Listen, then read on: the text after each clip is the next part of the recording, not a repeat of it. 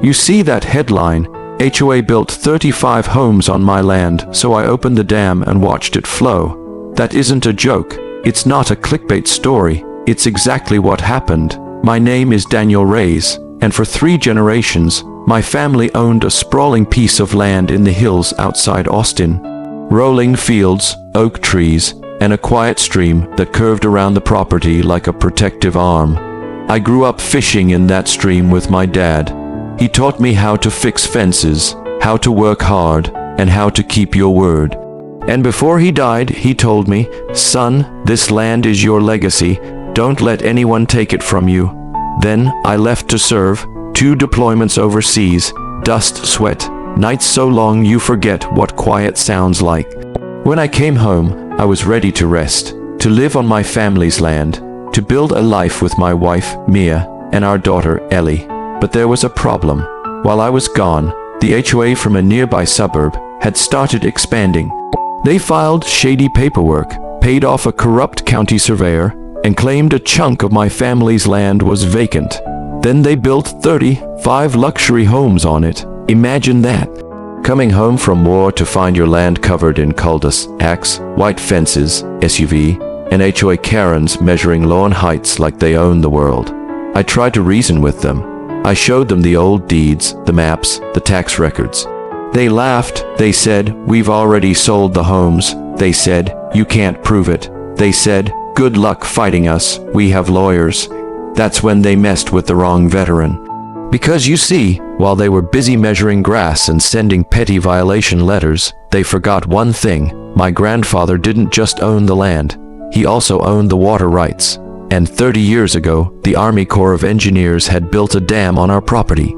A dam I legally controlled. A dam that could change everything with a single phone call. At first, I didn't want to use it. It felt like too much. But then they started threatening my wife. HOA enforcers showed up, telling Mia she couldn't park on her own driveway. They harassed Ellie while she was playing outside. And then, they sent us a bill demanding we pay $75,000 in back HOA fees. For living on my own land, that was the last straw. So I pulled out the paperwork. The water rights, the Army Corps maintenance agreements, the State Water Board approvals, and I made a call. The rains came first. A big Texas storm that turned the skies black and the wind sharp. I stood on the dam, feeling the thunder vibrate in my chest, looking down at the trickle of water pressing against the gates. The HOA was busy hosting a wine tasting event in one of those stolen backyards, laughing under patio lights while they planned their next violation letters. They didn't know that the moment the water hit a certain level, I had the legal right to open that dam. They didn't know that they built their dream homes on what was about to become a floodplain. And they didn't know that I was done asking nicely, and when the moment came, I didn't hesitate. I unlocked the control panel, I turned the wheel, and I opened the dam. The roar was instant. Water rushed down the stream, faster and faster, until it spilled into the low-lying areas where those McMansions sat like smug little ducks. Lawns turned to mud. Patios were swallowed. Their precious HOA fences cracked under the force. I didn't watch with anger. I didn't watch with joy. I watched with justice, because they stole my family's land. They ignored the law. They mocked my service. And now they were getting the lakefront property they never asked for.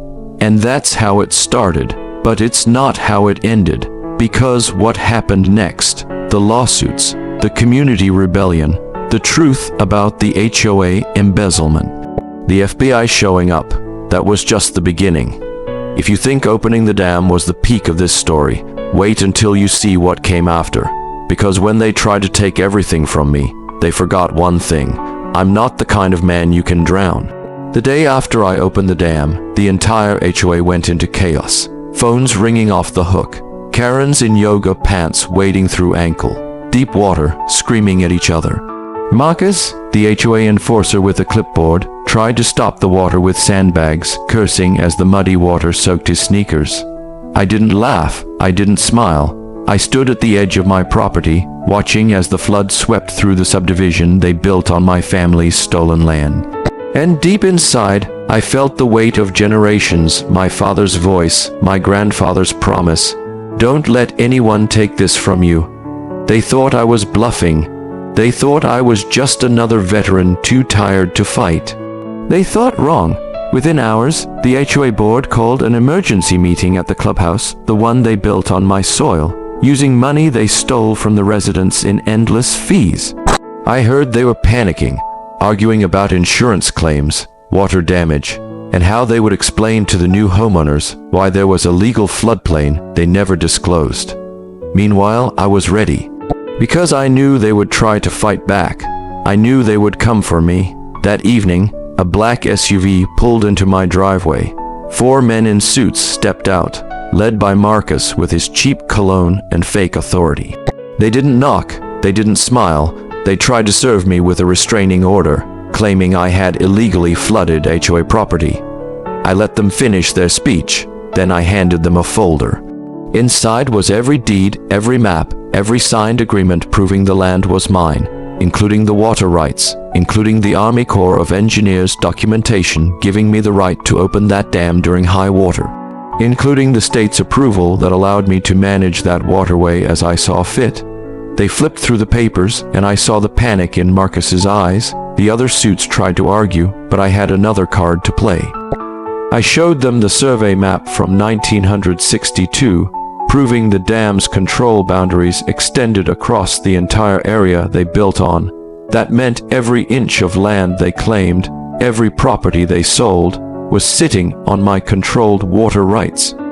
They tried to threaten me. They said, "You'll regret this." I said, "Gentlemen, I fought in 2 wars. I don't scare easy," and I shut the door. That night they tried to retaliate.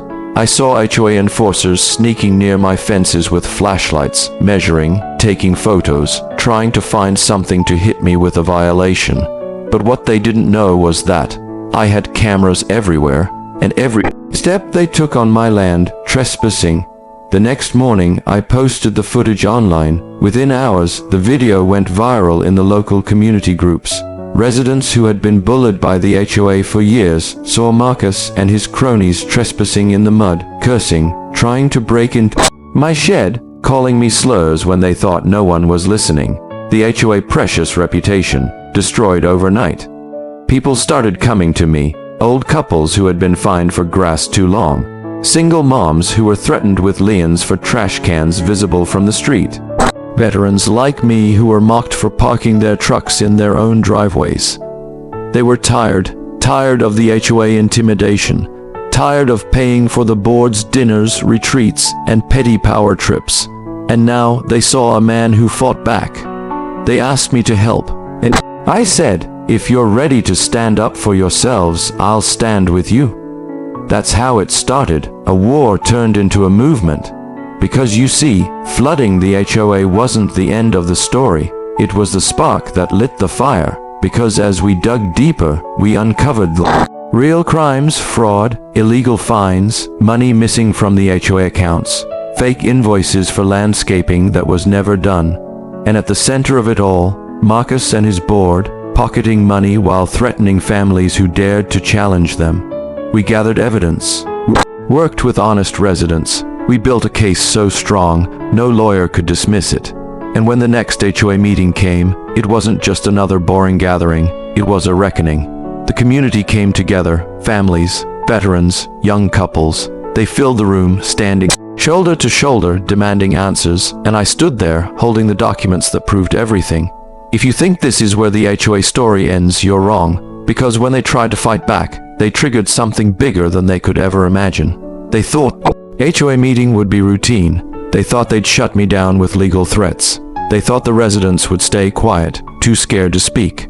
They thought wrong. The room was packed.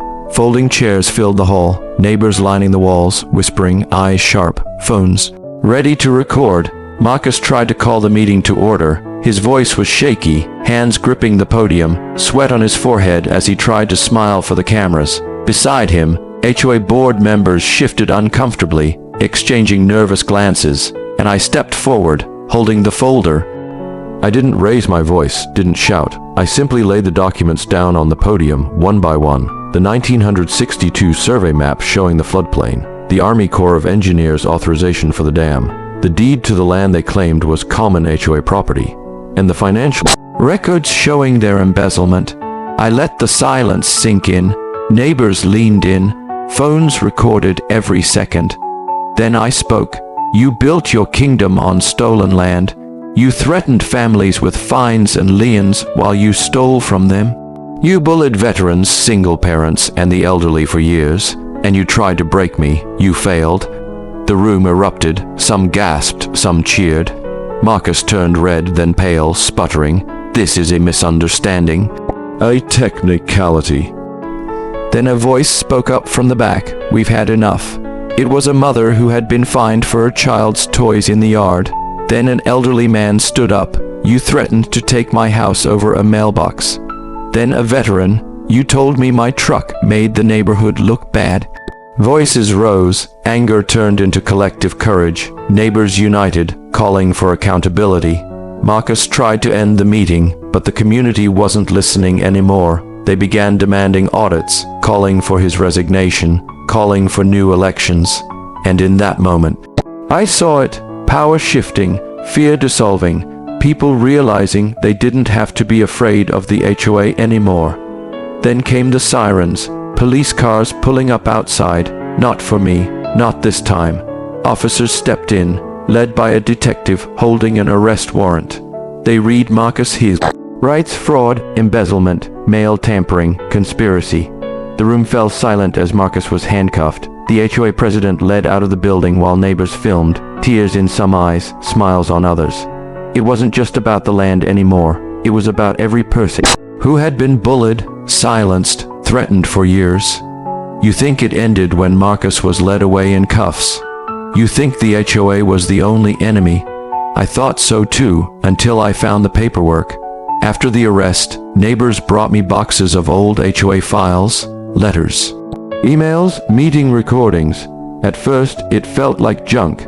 Then I found a letter with a county seal, a zoning approval signed by a county commissioner, a commissioner who had fast-tracked the HOA building permits on my land while I was deployed, a commissioner who had received campaign donations from developers connected to Marcus, thousands of dollars, tied to the illegal permits for those 35 homes. That's when it hit me.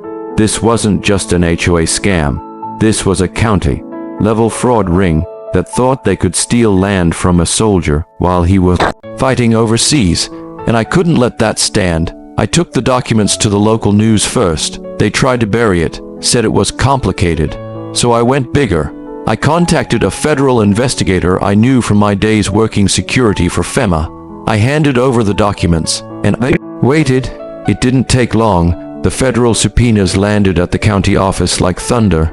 A local news van parked outside my property for days, filming interviews with neighbors who had been fined, harassed, forced into liens over fake violations while the HOA stole from them. I'll never forget the day they arrested the commissioner, gray suit, sweaty forehead, handcuffs clicking shut as he was led down the courthouse steps. Neighbors cheered. The fallout was massive. The illegal permits for the 35 homes invalidated. The developers who thought they'd get rich sued and exposed. The HOA board dissolved, banned from serving again. And the people who had bought those homes, they were scared, confused, worried they'd lose everything. So I made a choice. I met with the families one by one. I explained how the HOA and the commissioner had lied. I showed them how their deeds were built on fraud. But instead of evicting them, I offered them a fair lease on the land, protecting their investments while helping them transition legally. Because these families weren't the enemy. They were victims too. Turned what could have been a war into a rebuilding. Neighbors fixed fences together. We cleared the docks and opened the lake for responsible community use. We organized barbecues, fishing days, and cleanups without HOA fear. And the dam, it became a reminder, a symbol that sometimes you have to let the waters rise to wash away corruption, to clear out the rot, to rebuild with honesty. For the first time in years, the lake was alive again, children laughing on the docks, veterans sitting together by the fire pit, families helping each other, no fines, no threats. Because the community remembered something they had forgotten. They didn't need an HOA to tell them how to live. They just needed each other. As for me, I walked to the end of the dock one morning, watching the sunrise over the water I fought to protect, holding a cup of coffee, breathing in peace. And I thought about every soldier who leaves home to protect it, only to find the fight waiting here too. You don't have to wear a uniform to fight for your land, your family, your community. You just have to stand up, speak up, and remember, bullies in boardrooms and badged tyrants only have power if you let them. And sometimes it takes one truth, one neighbor saying enough to change everything. So if you're facing your own HOA nightmare, your own community bully, your own local corruption, remember this: you're stronger than you think, you're not alone, and your home is worth fighting for.